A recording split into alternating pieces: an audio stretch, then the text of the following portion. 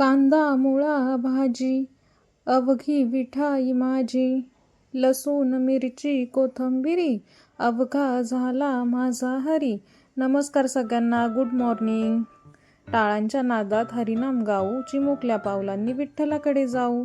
ज्ञानोबांच्या वाटेवर भक्तीची ही शाळा, लहानशा वारकऱ्यात दिसे विठू माऊली बाळा. निरागस हास्य कपाळी गंधाचा टिळा, प्रेमाने म्हणती सारे जय हरी विठ्ठला. आज आमच्या आर्निकाच्या शाळेत आषाढी दिंडीचं सुंदर असं आयोजन करण्यात आलं होतं. हातात टाळ, ओठांवरती नाम आणि चेहऱ्यावरती निरागस हास्य, हीच तर आहे खरी वारी.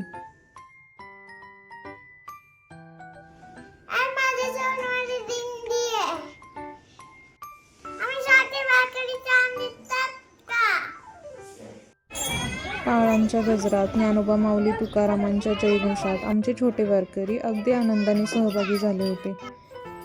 कधी कधी वाटतं देवाला भेटायला मंदिरात जाण्याची गरज नसते.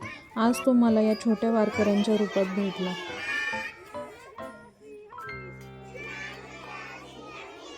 मंडळी, देव शोधायला दूर कशाला जावं, या निरागस चेहऱ्यातच पांडुरंगाचे आणि रखुमाईचे दर्शन व्हावं, हो की नाही?